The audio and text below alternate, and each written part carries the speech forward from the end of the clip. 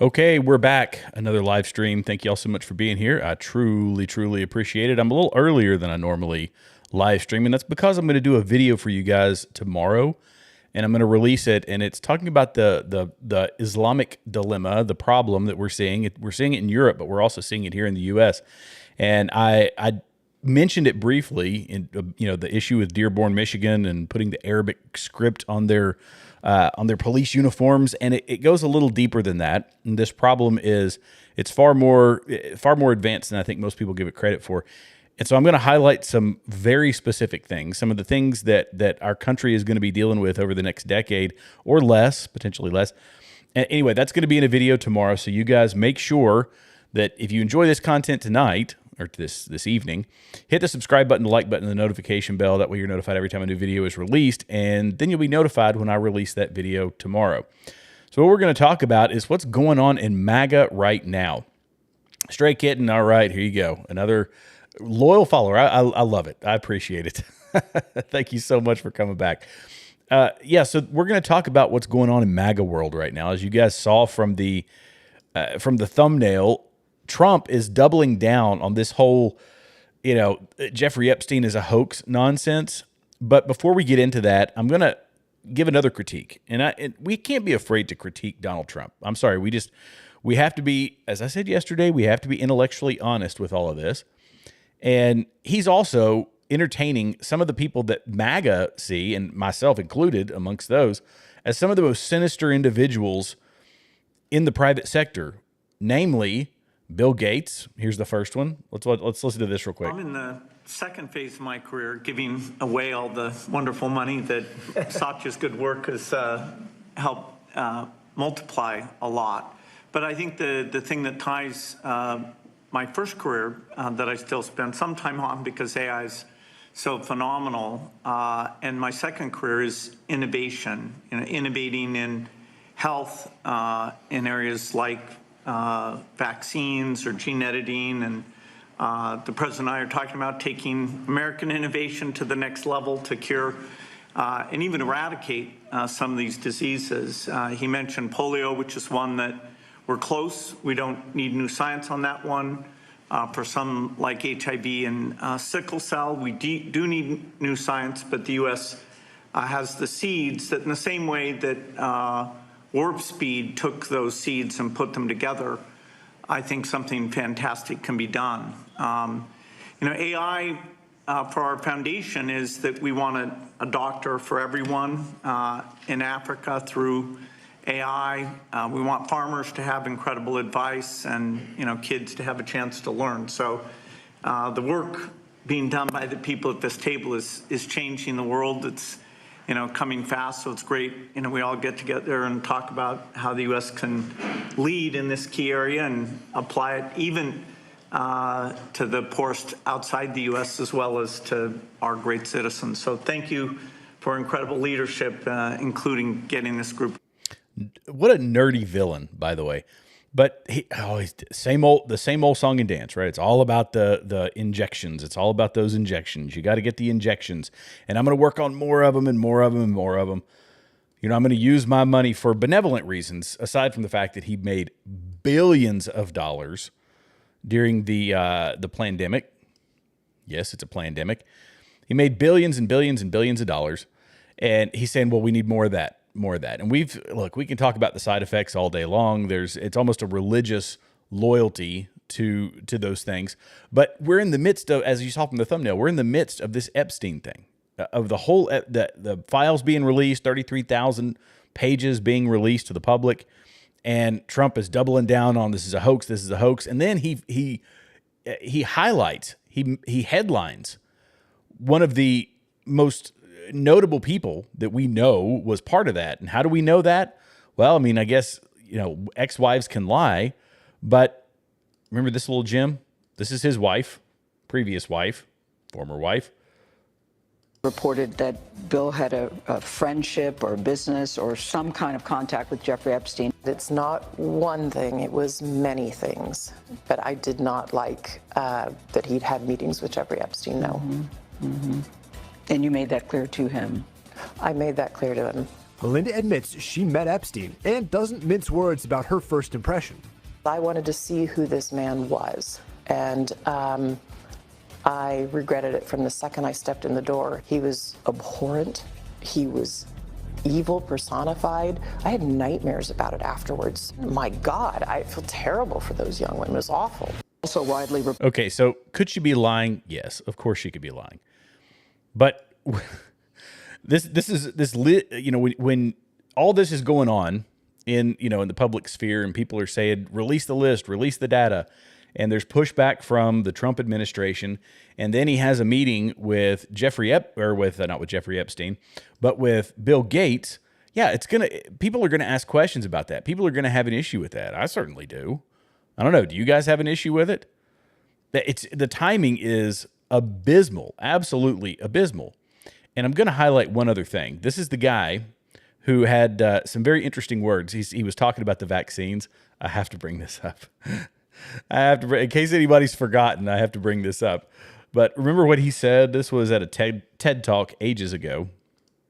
The world today has 6.8 billion people. That's headed up to about 9 billion. Now, if we do a really great job on new vaccines, healthcare, reproductive health services, we could lower that by perhaps 10 or 15%. We could lower that by 10 or 15%. This is like the World Economic Forum one of the World Economic Forum talking points that we've heard a bajillion times, and that is reduce the population, reduce the population. We've got too many people. I highlight Jane Goodall, who is a seemingly kind and loving person, and she did an interview a while back. I probably should have pulled up the clip, but she said, "Oh, if I could push a button and reduce the world population by however many billion, I would do it." It's all about Mother Gaia, that sort of thing. It's not about the people that live on the earth. So I say all this to say that Bill Gates is a deeply sinister person. I don't know him personally. I can only, by your fruits you will know them, as we're told. And while we're in the midst of the Epstein thing, Trump says, well, I'm going to headline him. I'm going to headline this guy. And it's not just him, but it's the guy who, during that same pandemic we were talking about, the guy who was censoring people, he brought him on stage too. Had him in front of la-di-da-di everybody. How much are you spending, would you say, over the next few years? Oh, gosh. I think it's probably going to be something like, I don't know, at least $600 billion through 28 in the U.S. Yeah. It's a lot. No, it's significant. That's a lot. Thank you, Mark. It's great to have you.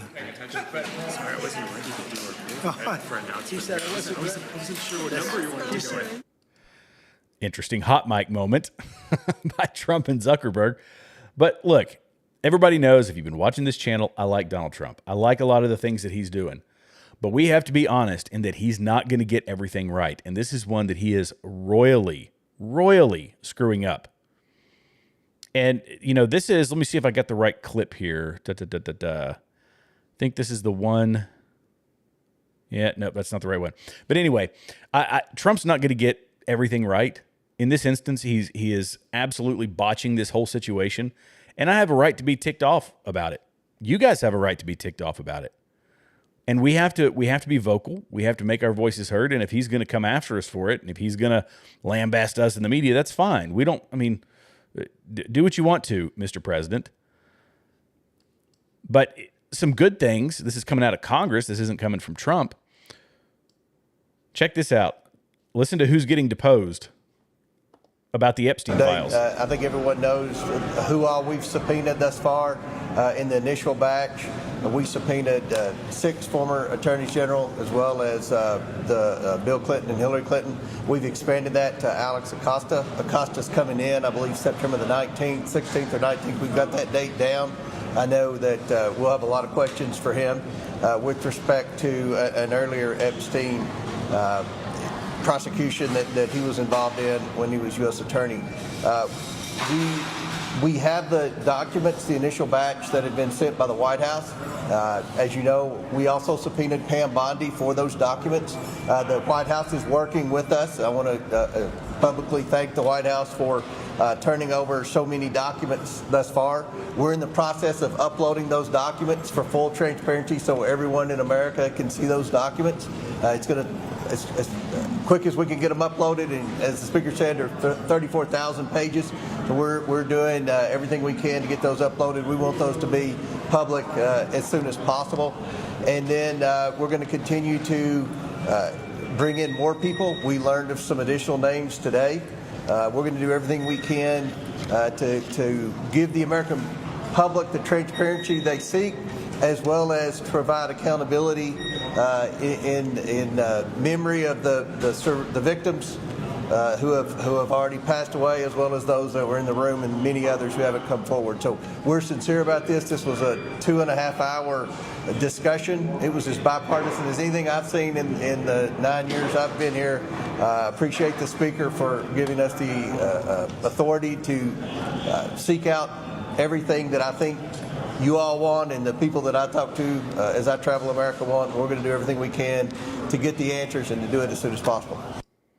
Okay, so, I mean, good gracious, subpoena 6 former attorneys generals as well as Bill Clinton and Hillary Clinton.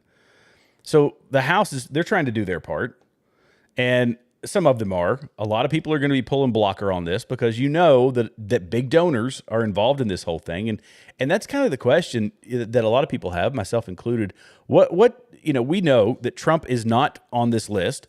In fact, the victims, these victims that have come forward, they were on NBC, and I hate that all these clips got cut short, and I don't know why, because I saw one clip that was longer, and this was their response when asked directly by NBC. I do have to ask, and I know, and it's just something that I think we're compelled to at this moment, with the attention on President Trump, with these questions around a pardon. Did anybody see or hear of the president himself doing anything inappropriate as it related to Jeffrey Epstein? No. And the other clip, the longer clip, which for whatever reason I can't find, everyone was repeating that. No. So if Trump's not a part of it, who is Trump protecting?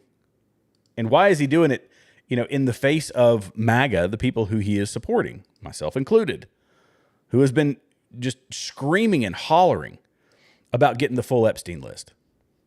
Why is he doing it?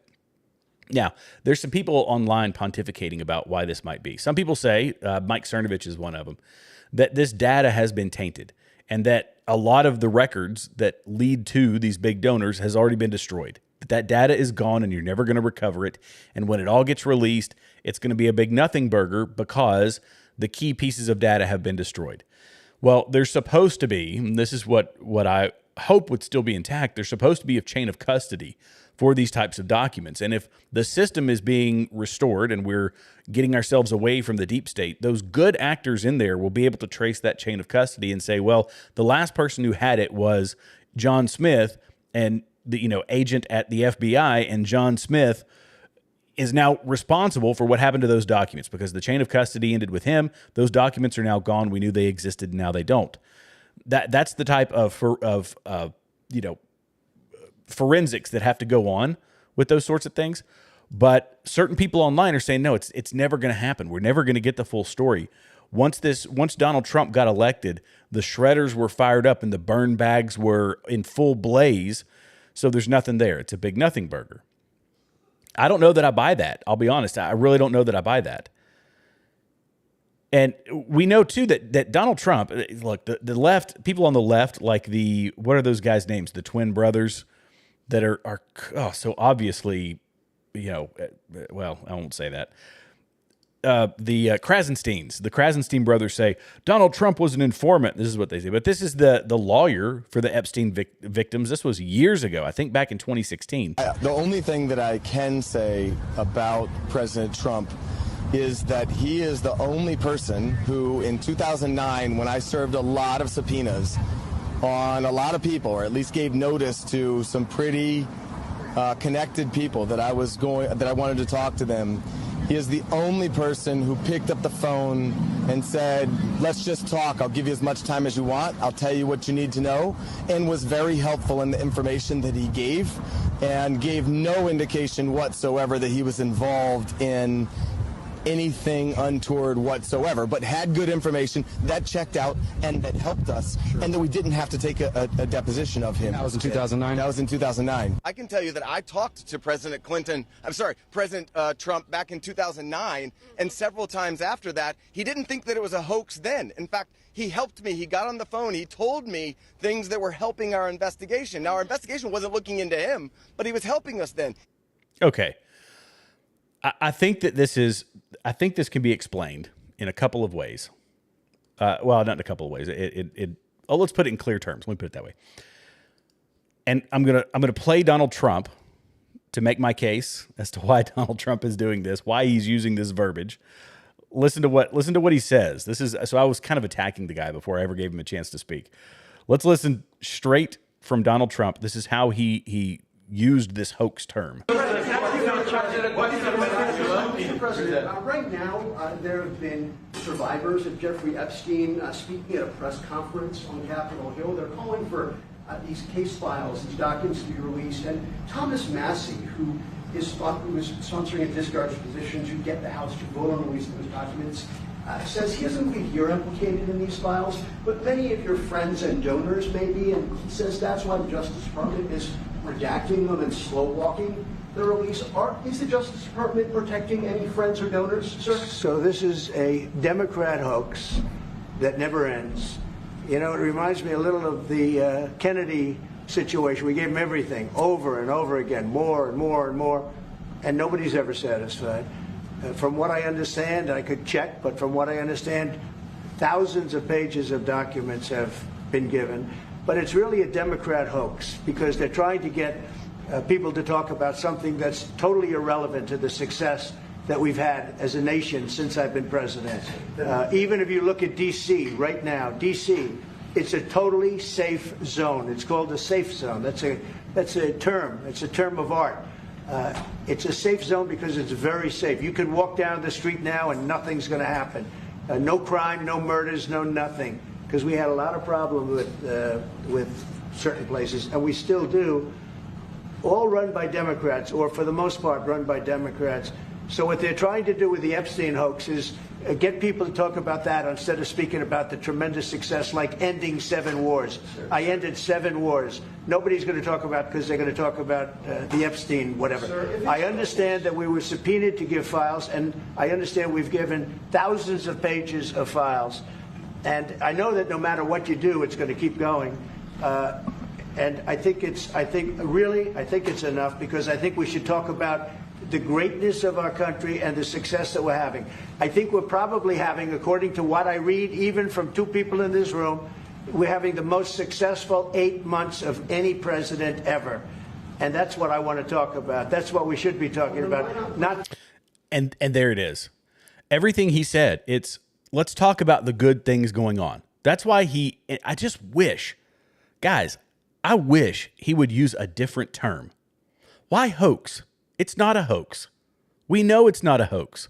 There's a whole slew of victims who walked out in front of Congress. Why is he calling this a hoax? I get it. You want to talk about the good stuff. And, you know, he says, well, you're going to give them more and people are always going to want more and it's never going to be enough. That's true.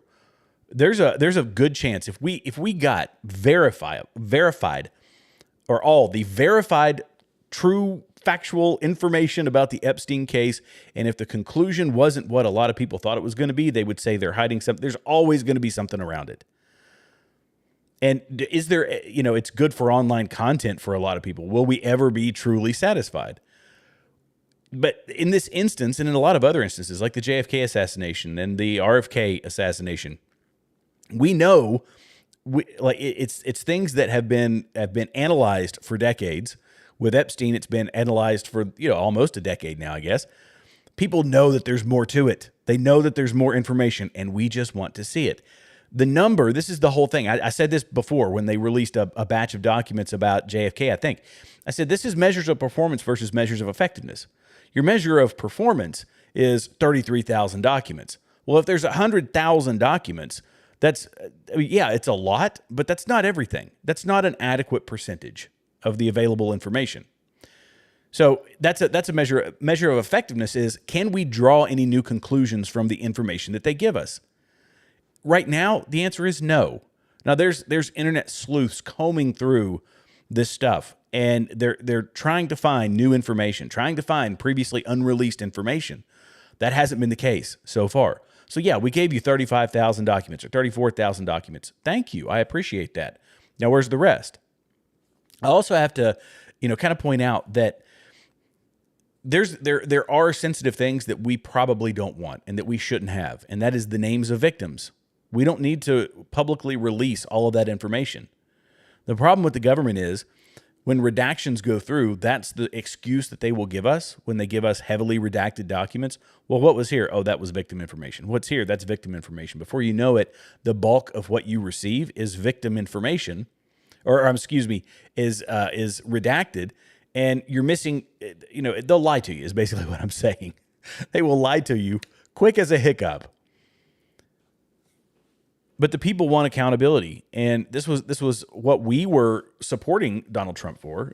Why we jumped on board with people like Kash Patel and Matt Gaetz when Matt Gaetz was going, really heavy against the deep state. People wanted him to be attorney general. It's because we wanted to upend the deep state, and Jeffrey Epstein is a key component of that. So don't get ticked off at us, Mr. President. We're concerned citizens like everybody else. We want to see accountability. And we can do that, by the way. We can critique him and still be happy with the things that are going on with a lot of the other things. So acknowledge these successes and, bring accountability where there's failures. And that's really what we're doing. That's all we're asking for. He did end the wars. Yes, that's awesome. I love that. As a guy who spent, I went to war several times. And I'm all about ending wars. Bringing $30 billion in revenue in tariffs just in August. That's awesome. He's getting the economy back on track, though. It's not, we're not running on all 8 cylinders by any stretch of the imagination. We've got I believe, a lot of crises coming here in the future. So yeah, I'm clapping. I'm happy. But, this is a big one. This is not one that you can just brush off, even though it might not be your priority. And I will end, this talking point, this segment by saying, we have to walk and chew gum at the same time. And I kind of understand where he's coming from, but you still have to, if the people want it, this is your job. You're representing us. This is part of why we got you elected. Now, okay. Another good thing, let's highlight a good thing that Trump is doing. ICE raids on a Georgia Hyundai EV plant detained 475 illegal workers after Senator John Ossoff spearheaded opening. So apparently, I read this in a secondary X post, that this was one of the plants that got a ton of federal funding to bring jobs back to America in the Biden administration. And yet they hired 475 illegal immigrants. So ICE detained 475 illegal immigrants at a Hyundai facility in Georgia on Thursday. The worksite enforcement operation is part of the Trump administration's effort to crack down on illegal immigration in the U.S. The installation of the EV factory was spearheaded by Senator John Ossoff, who was integral to bringing the project to fruition. At the time, he said, "When I led a trade delegation to South Korea last month, securing this LG Hyundai battery investment to Georgia was a key goal. The Investment Reduction Act's manufacturing incentives continue to bring jobs and investment to Georgia." The problem is, it ain't Georgians that are working there. Well, there are some Georgians that are working there, but where they can cut some corners, they're going to cut corners. Thank you, President Trump. Thank you, ICE. You're setting us up for success. The American people, this is a fallacy that a lot of people on the left love to pitch. It's that, they're taking all the jobs that Americans don't want. I was reading an article. It might have been in Zero Hedge, but I forget which one it was, because this is just coming to my mind. These farmland in the Midwest, as soon as they started doing these mass deportations and the people from South America were self-deporting, these farms emptied out. What did they do? They went out and they hired American workers. And what did American workers do? They took the jobs because they needed jobs. So they started filling them right back up again. It might not have been Zero Hedge. I wish I could remember which article that was. If anybody out there knows, you guys let me know. But This is a quote. It says, "This has been a multi-month criminal investigation where we have developed evidence, conducted interviews, gathered documents, and presented that evidence to the court to obtain a judicial search warrant." There you go. I'm going to play some video of this because it's just worth watching. Let's see here. This happens when you go live. Let's pull this up.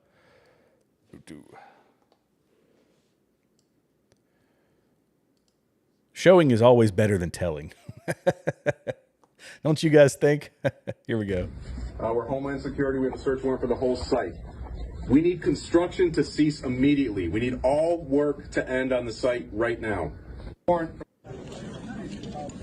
Wow.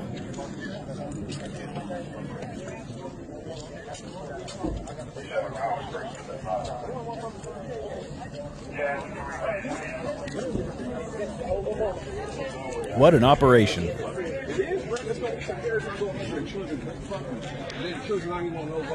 Wow. That's what I voted for. That is something that I voted for. How about you guys? So no criminal charges were announced during the conference at the time, but those illegally in the U.S. were being held in ICE custody. Are they in? I want to know if they're in Alligator Alcatraz. That's what I'd love to know. They sticking these people in Alligator Alcatraz. It's not too far from Georgia. Oh my goodness. So there's a positive. Bringing back some American jobs. I love it. So thank you, Mr. President. Don't be pissed off at me just because you don't know who I am in this world. Oh, that's all right. And, you know, to his credit, he's doing all these things. He's, again, missing the mark on some, winning on others, while they're still coming after him legally. I don't know if you guys heard about this, but this is from Zero Hedge. The New York AG asks the appeals court to reinstate his $500 million civil fraud penalty. So in case you guys didn't know, he won. They basically tossed out this whole $5 million civil fraud penalty. And now Attorney General Letitia James filed an appeal. She did this yesterday on September 4th of a court ruling that threw out an estimated $500 million penalty in President Donald Trump's business fraud case. So James's office filed a notice of appeal with the New York Supreme Court in Manhattan, indicating an appeal was being launched with the state's highest court, the Court of Appeals of the state of New York, on behalf of the state. The brief notice does not spell out arguments from James as to why the appeal should be allowed. The filing came after the ruling on August 21st by the New York Appellate Division's First Judicial Department, a branch of the New York Supreme Court, tossed the penalty in a fractured ruling, but left the civil judgment against Trump undisturbed. The relentless assault on him is not going to stop. And whether that's coming from people on the left or it's coming in the court of public opinion from a lot of people on the right, you know, critique versus he's completely let us down and abandoned us and all this, that kind of talk, I don't buy into that. I just think the guy is focused on getting done the things that will pull us away from financial collapse, the things that will restore the American dream. That's been his priority. That's why he's put so much effort. He's focused so hard on the economy, because Epstein files or not, if our economy crashes, he's going to be less than a year into his presidency, or maybe it happens sometime next year and he'll be 2 years into his presidency. And people aren't even going to care about that, because people aren't going to be able to eat, because people aren't going to be able to pay their mortgages. People are going to become homeless. I've been reading the numbers about unfunded liabilities across the globe, and it is a massive, massive problem. So this is why he's dealing with a lot. I'll give him credit for that, but he is the president of the United States. He's got to be able to walk and chew gum. But the left's going to keep coming after him. And as if to make my point, the economy, again, I get a lot of it from, there's certain people in my sphere, I won't say who, but there are certain people in my sphere who really focus on the economic situation in America. And I've been being sent articles. I don't talk a ton about economics in particular, because it's not really my specialty. It's not really my forte, but a lot of these things make sense. When you talk about, that's why I started researching unfunded liabilities across the globe. And it's like 2 times global GDP are unfunded liabilities. Those are like your pension funds and your Social Security, your social safety nets, all this. We are borrowing money across the globe to try and fund these things. Inflation is obviously having a massive impact. And, the economy, while it's improving and we're getting more investment, not everybody's got the money to spend. That's why things like Six Flags are facing bankruptcy. Well, you might think, well, what difference does that make? This is one of many examples of, when people have disposable income, when people can take a vacation, this is the type of place that they go. And people are in a pinch. People are hurting. So they're not spending, Six Flags, less than a year removed from its merger with Cedar Fair, is drowning in debt, closing parks, and facing warnings of bankruptcy, according to The Sun. The company has racked up $500 million in debt, seen revenue fall by $110 million in quarter two. Attendance dropped 9% and season pass sales declined 8%. Two parks have already been shut down, with California's Great America set to close in 2027. The whole company needs to be reimagined, said Dennis Spiegel of International Theme Park Services, who warned bankruptcy is not out of the question. We're not out of the woods. We can highlight the positives of Trump bringing investment to America. He's brought $10 trillion in investment but that's going to be over the next 10 years. He's brought $10 trillion in investment from other countries, from businesses outside, international corporations and businesses. They say we're going to invest $10 trillion over the next 10 years, but that's not enough to get us out of the situation we're in. I played the stock ticker. I used to play it, or not the stock ticker, but the debt clock all the time until they started putting ads on it. And we're $37 trillion in debt, people. We're not out of the woods. I forget the percentage. I should have looked it up because it was brought to my attention by someone I know. In the first quarter or second quarter, the number of people who missed mortgage payments went up by something like 30 or 40%. Don't quote me on that number, but it was some astronomical number. This means people who are living paycheck to paycheck, which is just about everybody in America that is, middle class and below, they're hurting. They're not taking vacations. They don't have disposable income. And that's what keeps our economy thriving, is a strong middle class. Well, the left is pretty bent on reducing the middle class. And while we're dealing with that in America, and we've got all this irresponsible spending by the federal government around the world, oh boy, these people, by the way, India, China, and Russia, I did not know these numbers, and this is from Zero Hedge, but this represents half of humanity. Half of humanity represented by those three knuckleheads. And at the recent Shanghai Cooperation Organization Summit, leaders representing over half of humanity signaled the rise of a multipolar world order as China, Russia, India, and Central Asia push new financial and trade systems. The West risks being left on the sidelines. I think this is another reason Trump is pushing so hard. He's like, look, these people, they obviously don't have our best interest at heart. We don't have their best interest at heart. We're trying to stick it to China. We're trying to stick it to Russia. We should be sticking it to India. Although there's some interesting commentary. I saw Tim Pool talking about the talking heads out there, the conservative talking heads who are all of a sudden backing India, as if that's something anybody's been concerned about. But this one is something we should be concerned about. Russia, China, India. You heard about BRICS, the BRICS nations. Brazil, Russia, India, China, starting a new currency, trying to outpace the U.S. Well, this is part of what Trump knows that this is going on. He's keenly aware of this, and he knows we have to grow ourselves, A, out of our debt, and B, ahead of these other countries. So the symbolism was unmistakable. Beijing positioned the SCO as a platform for equal partnership, implicitly contrasting it with Western alliances built around hierarchy and U.S. leadership. Moscow emphasizes strategic coordination in the face of sanctions and military pressure from the West. India, while carefully balancing the ties with Washington, underscores its role as a civilizational power, charting an independent path. Look, these people would flip us. They would flip on a dime to oust the U.S. Trump knows this. And what do the American people think? This is the kicker right here. This is the kicker. While we are sitting here talking about growing our economy and trying to improve the situation, build a middle class or keep the middle class strong in America, look at what is spreading. Holy moly. This is in New York, but what happens in New York, what happens in California makes its way into the mainstream. It makes its way into middle America. 53% of likely voters under 40 want a socialist for president in 2028. Goodness gracious. 53% under 40. A new poll has found that over half of all American voters under the age of 40 would like to see a socialist candidate win the next presidential election. This comes as New York City's mayoral race has received attention after socialist candidate Zoran Mamdani won the Democratic primary in June. Look, this is how naive these young people are. They're poorly traveled. I think this is part of the problem. They're poorly traveled. I don't know if they've ever paid attention, although maybe they have paid attention in economics class, but they've got these professors who have been indoctrinating them, and they say socialism sounds fantastic. Socialism is wonderful. And I'm going to give you this is a sample, a quick video sample of a typical socialist voter. And it doesn't matter. Age, don't be an ageist when you watch this video.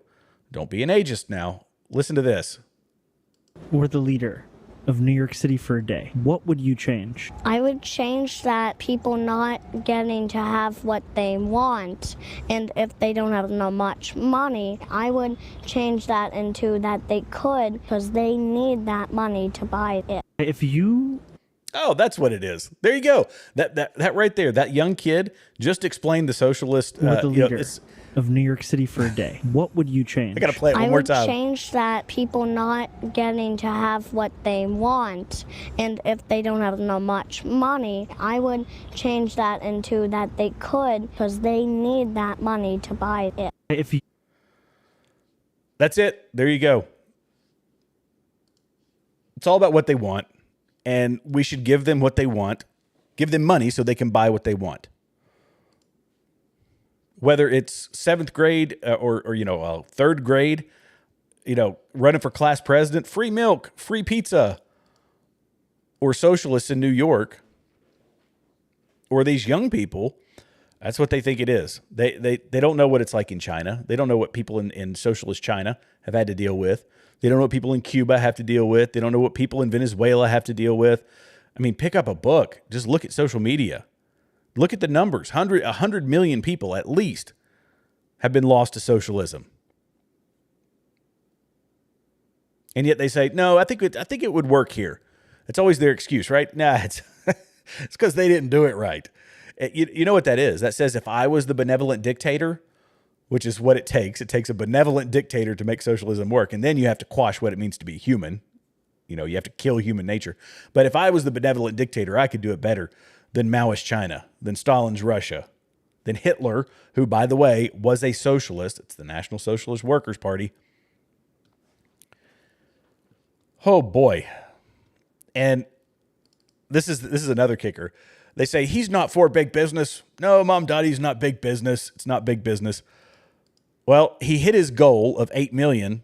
And how about this? Half of that money came from outside New York. I wonder how that happens. Do we all remember the Act Blue scandals that have been going on? I don't know if you guys have been paying attention to that, but the Act Blue scandal where these people are siphoning millions and millions of dollars through thousands of individual small donations into political campaigns. Well, he got 4 million of that, over more than 4 million of that, made from outside of New York. People that the politics don't even affect them. But now let's get him elected. That has George Soros written all over it. According to the New York City Campaign Finance Board disclosures, there were 19,480 individual donations made between mid-June and mid-August this year. However, 10,836 of those donation records were made outside of New York City. During that time frame, the total donations that were given to Mamdani outside of the Big Apple without public matching totaled $966,216. These numbers we're going to figure out these numbers. We're going to find out how much they were. This is all going to be, it's supposed to be trackable information. So we're supposed to be able to see those records. And the internet sleuths out there, I'm going to be looking for it, but there's people that are much better at it than I am. They will see that little Sally Smith in her tiny little house made 40 donations totaling $15,000 to Mamdani's campaign, and she's in Cedar Rapids, Iowa, and has no idea that those donations are made. Obviously, I'm making that up, but we've seen this. James O'Keefe has written about it, has done videos about it. We saw, who else was it? There was somebody else that did a lot of them. They did a lot of videos about this, but they were tracking down these folks that you can see. They make 25-cent donations to $100 donations or $15 donations, and they make a whole lot of them over and over again, and it's nothing but money laundering into political campaigns. Shocking that it would be a socialist. By the way, who stands to gain when a socialist is in office? If you are already rich, when a socialist takes power, then you stay rich. Everybody else those are the ones that get pulled down. This is what people don't understand, what these young people don't understand. It's not that you are, socialism goes into play and all of a sudden you're being lifted out of poverty or lifted out of whatever circumstance you want. No. There has to be a leveling that goes on. The people that are rich, those are the ones that keep them in office. So they stay rich. The people at the bottom, the middle class, they are the ones that bear the bulk of the burden. And you've got to pull them down to the same level so that everybody becomes reliant on the federal government. It's what happened in Maoist China. It's what happened in, it's happened in Venezuela. It's happened everywhere. And I'm not saying that, as the mayor of New York, that he's going to be able to have that massive of an impact, but he will be able to severely impact the economy if he's taking city money and he's putting it into these grocery stores, as an example, trying to upend a competitive environment where these grocery stores are competing with one another, and he can use public money to basically pull from the competition, then yeah, it's going to hurt them financially. So he can have an impact. But if they're talking about, as I said before, these young people want to have this as for a president, wow, now you're talking about, boy, we thought it was bad before. Now I am hopeful. Here's a hopeful sign when it comes to this. The plummeting numbers of Democrat voters. So between 20 and 2024, down 2.1 million voters. So people are leaving the left. While the Democrats say, we look at that article and it says that over 50% of them, 53%, under 40 want a socialist for president in 2028. The number of registered voters is actually declining for the Democrat Party. That's a positive. So this is what we're weighing. I always like to talk about the negatives of socialism because there are so many. I could literally make a whole show make shows for a week just talking about the evils of socialism. But we have to see what actual public sentiment is doing, and for the sentiment for the Democrat Party or support for the Democrat Party, and it's declining all over the country. Praise the Lord. That's a good thing. All right. I actually hit the end of what I was going to talk about, but I'm going to give you a quick, just kind of a quick heads up for what I'm going to talk about tomorrow. And this is going to be very interesting. Peter Thiel. So Peter Thiel, with Palantir, and he's a big, he's in with JD Vance. Obviously, there's some question marks around that relationship. But he had this video that was several months ago, and it was talking about the Antichrist. Now, I don't get into a lot of religious content. I'm obviously a Christian, but I don't get deep into religious, theology or anything like that. And I'm not going to in the video that I'm releasing tomorrow. But we are going to talk about the different vessels. Peter Thiel believes in this. He believes that the Antichrist could come through AI. I've had conversations with my buddies over on Braver Than the Rest, which is a great podcast. We do it every Wednesday at 9 p.m. Be sure to check it out.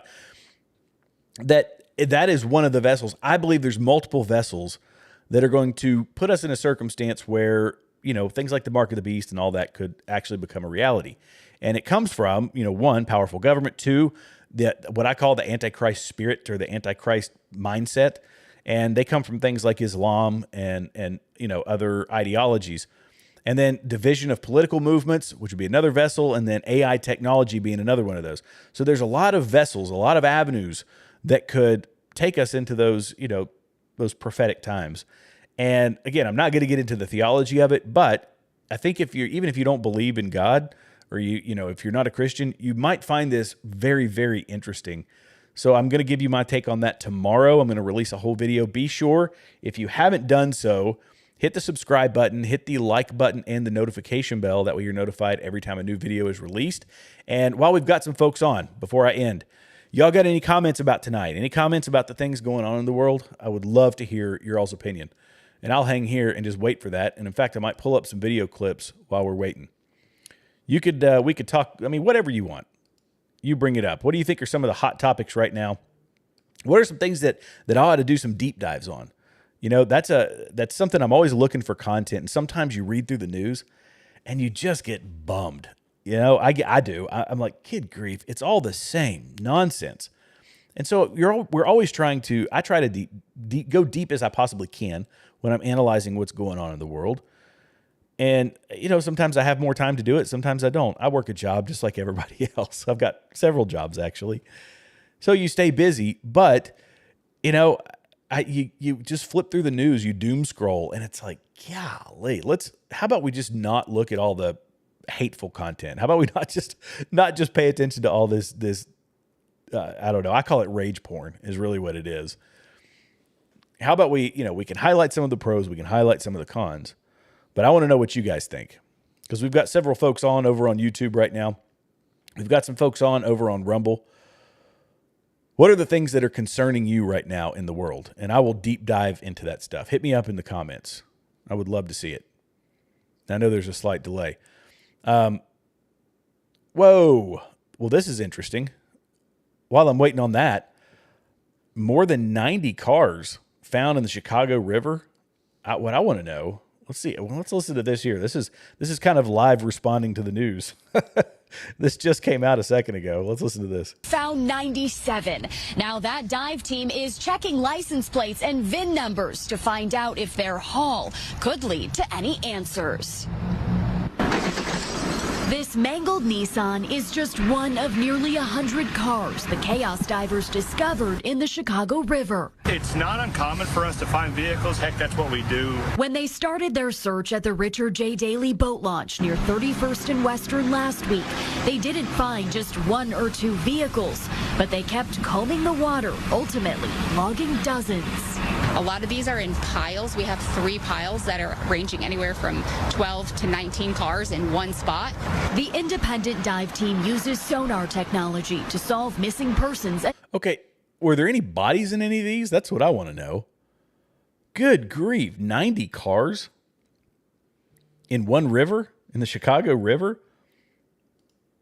I mean, there had to have been people in them. I mean, I don't know. I've watched a movie. Haven't you guys? Isn't that what they do? Good gracious. Wow. Okay. Well, we're doing live reaction while you guys think of what you want.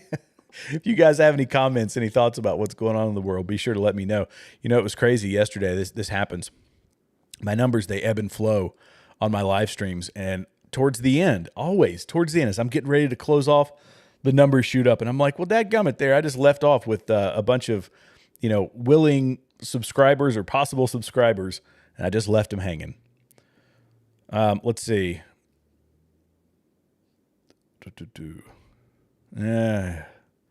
More. I don't know. There we go. Oh, wow. Okay. Secretary of Defense letters coming down at the Pentagon. I guess he's going to be Secretary of War. I mean, I talked about that yesterday, that Trump was renaming the Secretary or the Department of Defense to the Department of War. So I guess Pete Hegseth is going to be the Secretary of War now. I assume that's the case. I still think, I stand by my comments yesterday. I think that it's purely ceremonial. I do.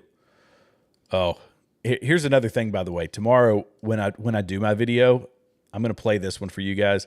I have dozens and dozens of these videos of people of a particular ideology. Listen to what they say. We are the messengers of the messenger. We are the representative of this deen of Islam. We have to be the solution. The future is ours. Every ideal nightmare of a Muslim Europe will come true. They can be as mad as they want. I don't care. America will be a Muslim country. Russia will be a Muslim country. Islam will enter every house. We have to be a part of that change. We have to be a part of that da'wah. We have to be a part of those ghuraba who stand firm on our aqidah and our practice and our deen, and never, ever apologize. We're unapologetic. Never, ever compromise. We're uncompromising. Over my dead body. Over my dead body. Look, this is the plan, right? I've got boatloads of videos about this. This is what the ideology demands. It demands conquest. The whole thing is built around conquest. America, Russia, Europe, it's already happening, and I'm kind of tipping my hat to what's going on, what I'm going to be playing tomorrow. But look, this, let me find the video. Yeah, here we go. What's going on in Europe? What's going on in France? What's going on in the UK? The UK will be, either the UK or France, will be the first nuclear-armed Muslim country. 100%. I guarantee it. I would bet what does they say? I'd bet the farm. Let me see if I can pull up that the clip. Oh boy. Here we go. I'm going to play this one. Oh, where is it? Oh yeah, here we go. This is in France. This is what young women are having to deal with.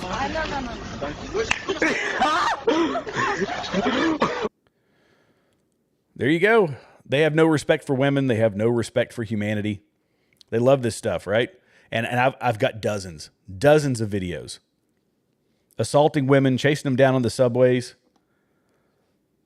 I've got one that a woman talking about the proper way to take a slave from Islam. That's the type of stuff that we're going to be up against. And the whole video tomorrow, that's exactly what I'm going to be talking about. Oh, we had quite a few people pop on. Let me know, guys. So if you saw the thumbnail and we were talking about Trump, you know, his pros and cons, I really want to get some feedback from you guys. You know, I was talking about the whole Epstein hoax thing. So if you're just coming on, the first part of the video really led into that.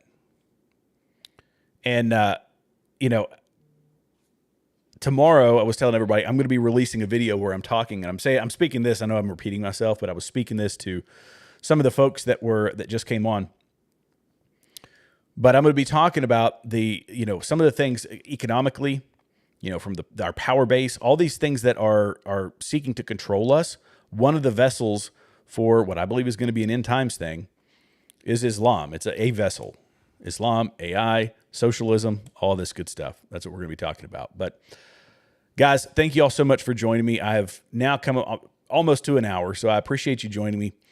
Be sure, if you haven't done so and you enjoyed today's show, hit the subscribe button, hit the like button, and the notification bell. That way you're notified every time a new video is released.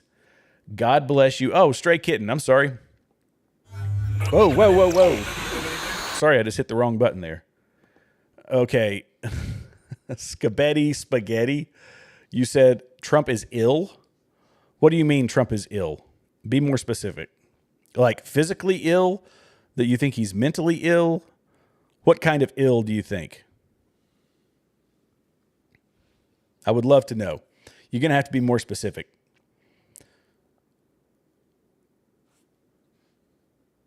Trump is getting things done.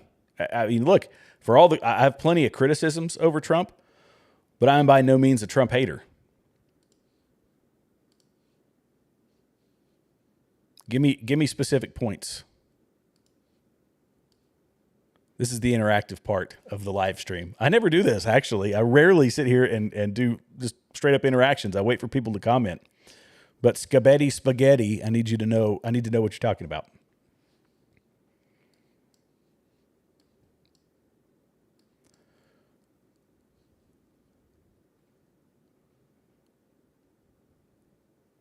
I wonder how FOTUA likes hearing Gates talk about curing disease after. I'm going to assume that, am I being trolled here? I don't know what that means.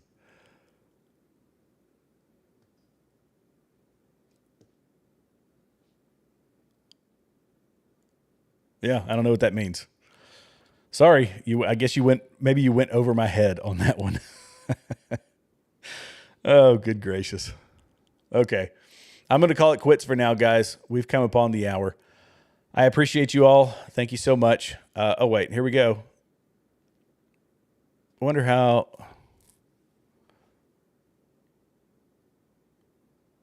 Okay. So, well, it's not JFK Jr., it's RFK Jr. About the hearing today. Yeah, he was basically laying waste to, a lottie-dottie everybody. I could pull up tons of clips. I love the Bernie Sanders part. That's the one that really gets me. Research keeps us alive. Yes, I'm not opposed to medical research. See, that's the thing. People think that, just because you question the injections or you question the necessity to have 79 of them for these young kids, or question whether or not to have a hepatitis vaccination for a baby, because that baby's probably not going to be having, rampant sexual contact and using, hypodermic needles, drug use and all of that. Yeah, it doesn't mean blind loyalty. That's the thing. Blind loyalty is, I trust the system entirely and completely. And yet you would turn around and say, well, I don't trust the government on this. I don't trust the government on that. What do you think the CDC is? It's another government bureaucracy. And by the way, the only reason it exists was to be in an advisory role. That's all it was supposed to do. And we've given it power and authority. The federal government has allowed them to have more power and authority than they're supposed to. So I'm not opposed to medical research. I don't know of anybody that is, but it's the mandates. That's what we're pushing back against. It was the mandates that we had during the pandemic. That's a problem. It's the obesity problem, the chronic disease problem. That is a real statistic. It is undeniable. So yeah, we're pushing back because we want a healthy America. We don't, pharmaceutical companies, this is the other thing. The same people who said that you must inject this thing into your body lest you're going to lose your job. You're not going to be able to leave your house. You're going to stay locked in your place unless you inject this thing, from the same company that I've been calling evil for the past decade. It makes zero sense. When there's fear, all of a sudden they'll turn to some version of authority. And people turn to the pharmaceutical companies, people on the left, who now say the pharmaceutical companies own all these politicians, get the money out of here. But they're the same ones that they turned to when they were scared and said, please put it in my body. Please put all this stuff in my body. It's not about the research. Sorry, it's just not. We care about medical research. It's important. Doctors are good people.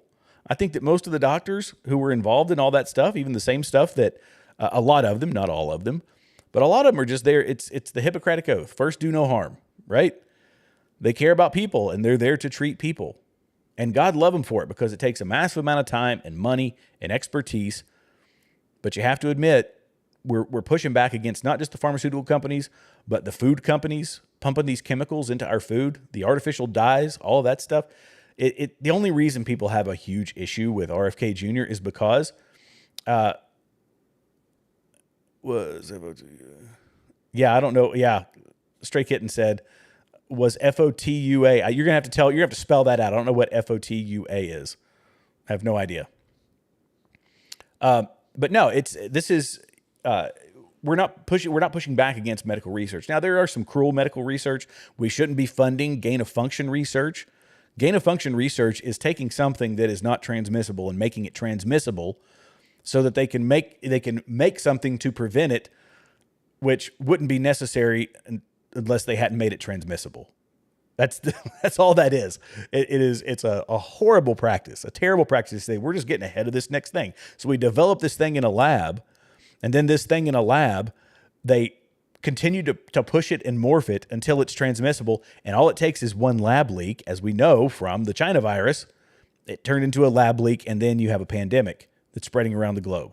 That's moronic to do that, and to do it in China, of all places. In Wuhan, China? Come on. And people say, oh, RFK Jr., he's of this, he's of that. For all of his faults, which obviously I don't agree with him on most of his politics, but in this respect, I do. I absolutely do. And I love when he threw it at Bernie Sanders. Bernie Sanders, I was looking through the numbers, millions of dollars that he got from pharmaceutical companies. They're all bought and paid for. Good gracious. Well, not all. Most of them are. A lot of them, look, that's why I love Tim Burchett. I don't know if he's bought and paid for or not, but I love that guy. He's a true-blooded American, I believe. He goes on his phone, he talks to his constituents, and how does he end every video? He says, thank you all for sending me here. You know, this place is so messed up and this, that, and the other. But I'll keep working on it for you. Thank you for sending me here. He takes the responsibility. It's an honor and a privilege to him. He's not there to insider trade. If he ever does, I will be horribly disappointed, but he's not there to do the insider trading, you know, to get the car service and to be on TV and to become famous so that he can get a job working for MSNBC, ABC, CBS, or Fox News. And he's there actually serving the people. The rest of them, and he doesn't seem to be taking any mega donors, or at least nobody that's of any consequence. So that I'm okay with. I support that. Well, I guess Spaghetti just, I don't know, dropped off on the comment section. All right, I have to end it now. See, you guys you hit me up with comments, and I just want to roll with it. So fire them my way, but I do have to call it quits now. I've got to start working on this video for tomorrow. All right, one more time, I will say, hit the subscribe button, hit the like button, and the notification bell. That way you're notified every time a new video is released. God bless you. God bless America. And I will see you guys in the next video. Thanks for keeping the comment section going, Stray Kitten, by the way. I appreciate it. See you guys.